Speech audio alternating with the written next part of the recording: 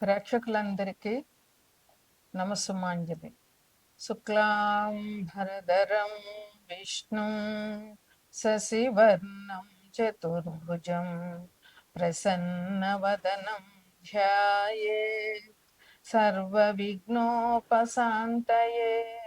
అగజా ఆనన పద్మార్కం గజానన మహర్నిశం అనేకదంతం భక్తానాం ఏకదంతముపాస్మహే.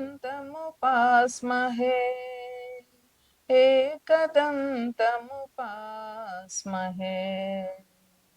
ఓం శ్రీ మహాగణాధిపతయే నమః. ఓం శ్రీ మాత్రే నమః. మనం ఈ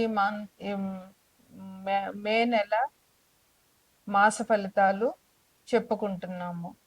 ఈ మాసంలో ఎవరికి ఏ మంచి జరుగుతుంది, ఎవరికి కొంచెంగా అనుకూలంగా లేదు అనేది ఈ మాస ఫలితాల్లో మనం ఇప్పుడు తెలుసుకుంటాం. మే నెలలో ముఖ్యమైనటువంటి విషయాలు ఏంటంటే సరస్వతి నది పుష్కరాలు ఒకటి వస్తున్నాయి. అట్లాగే హనుమ జయంతి. అంటే తెలంగాణలో హనుమ జయంతి ఆల్రెడీ చైత్ర పౌర్ణమికి అయిపోతుంది. కానీ ఆంధ్ర సైడు హనుమ జయంతి మే 22న ఉన్నది. అలాగే ఈ వ్యవసాయానికి సంబంధించి అయితే డొల్లు కర్తరి, నిజ కర్తరి ఈ మే నెలలో జరుగుతాయి. అది ఎట్లాగంటే 4/5/2025న డొల్లు కర్తరి ఉంటుంది.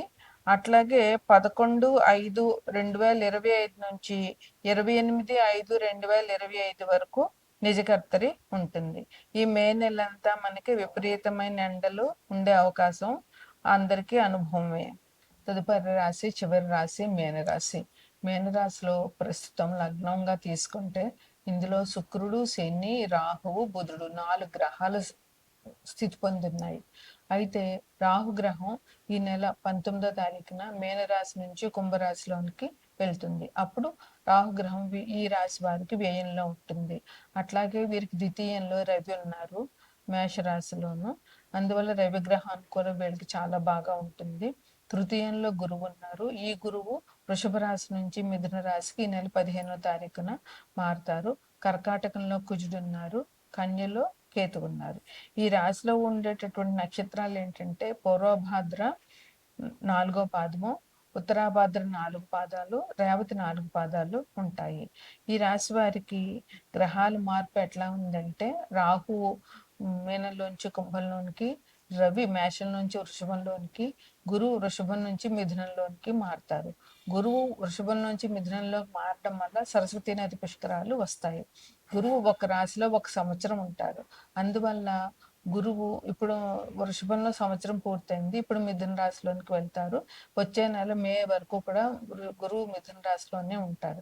అంటే అతిచారం వల్ల కర్కాటకంలోకి మధ్యలో వచ్చినా కూడా మళ్ళీ వెంటనే మళ్ళీ మిథున రాశిలోనికి వెళ్తారు. ఈ అతిచారం, గురు అతిచారం ఏ గ్రహందైనా అతిచారం అంతా మంచి ఫలితాన్ని ఇవ్వదు. అందువల్ల ఈ రాశి వారికి గురు అనుకూలత బాగానే ఉంటుందని చెప్పవచ్చు. ఇంకా విషయం ఏంటంటే గురువు 12 సంవత్సరాలు ఒక రాశిలో ఉండడం వల్ల 12 రాశులు మారాలంటే 12 సంవత్సరాలు పడుతుంది. అందువల్ల గురువు రాశి మారినప్పుడల్లా కూడా ఏదో ఒక నదికి పుష్కరాలు ఉంటాయి. ఇంకా వ్యవసాయదారులకు చెప్పాలని అంటే 4వ తారీఖున డొల్లుకర్తరు ఉంది. 11 నుంచి 28 వరకు నిజకర్తరు ఉంది. అందువల్ల నీటికి సంబంధించినటువంటి సమస్యలు వ్యవసాయదారులకు బాగా వచ్చే అవకాశం చాలా ఉంది.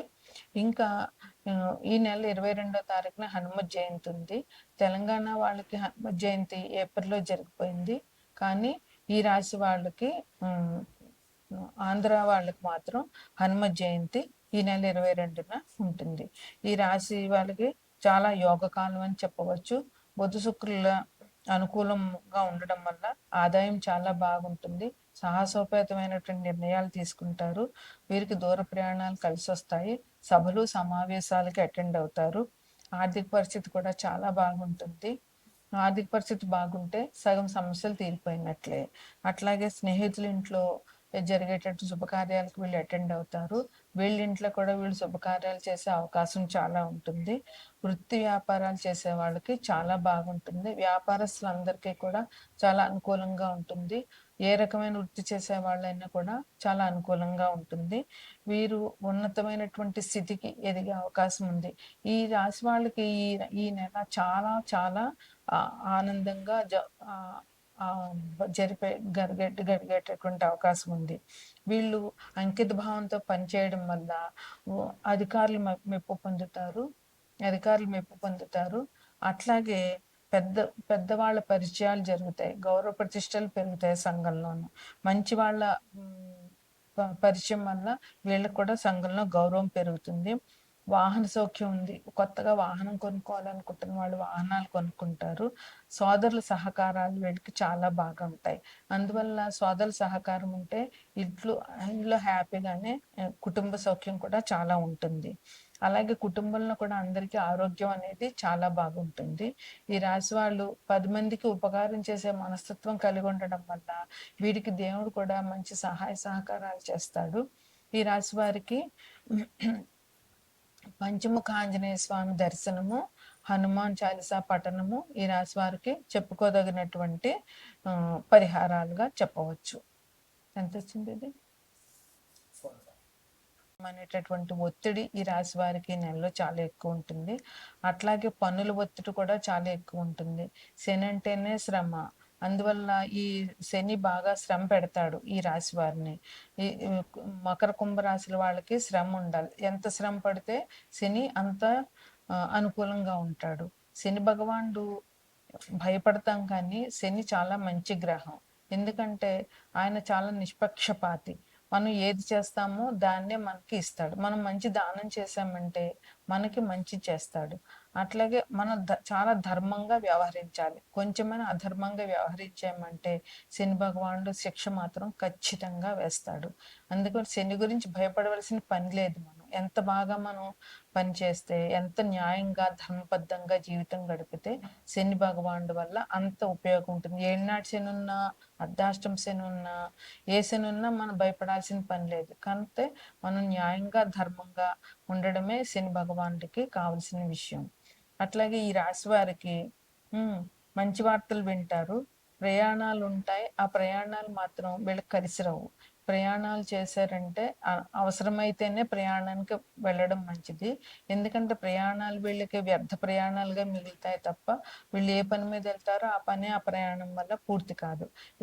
విద్యార్థులకి బద్ధకం వదలకుండా, ఎందుకంటే శని బద్ధకాన్ని ముందు మనకి ఇస్తాడు, కానీ మనం దాన్ని ఎదుర్కొని చదివితే కనుక మంచిగా ఉంటుంది. అందువల్ల వీరు భయపడకుండా శ్రద్ధగా చదవడం అవసరం. వ్యాపారస్తులకి వ్యాపారం బాగుంటుంది. అట్లాగే ఉద్యోగస్తులకి ఉద్యోగంలో కూడా అలసట ఉంటుంది. ఎందుకంటే పని ఒత్తిడి ఎక్కువగా ఉండడం మూలంగా. కానీ ధైర్యంగా అలసటను జయించి కష్టపడి పనిచేయడం వల్ల మంచిది ఉంటుంది. శనికి అభిషేకం చేసుకోవడము, శని భగవానుడి స్తోత్రం చేయడము, లేదా నీలాంజన సమాభాసం రవిపుత్రం యమాగ్రజం ఆ స్తోత్రాన్ని 108 సార్లు చదవడము. 108 సార్లు చదవలేకపోతే 21 సారి 11 సార్లు శనివారం నాడు చేయడము.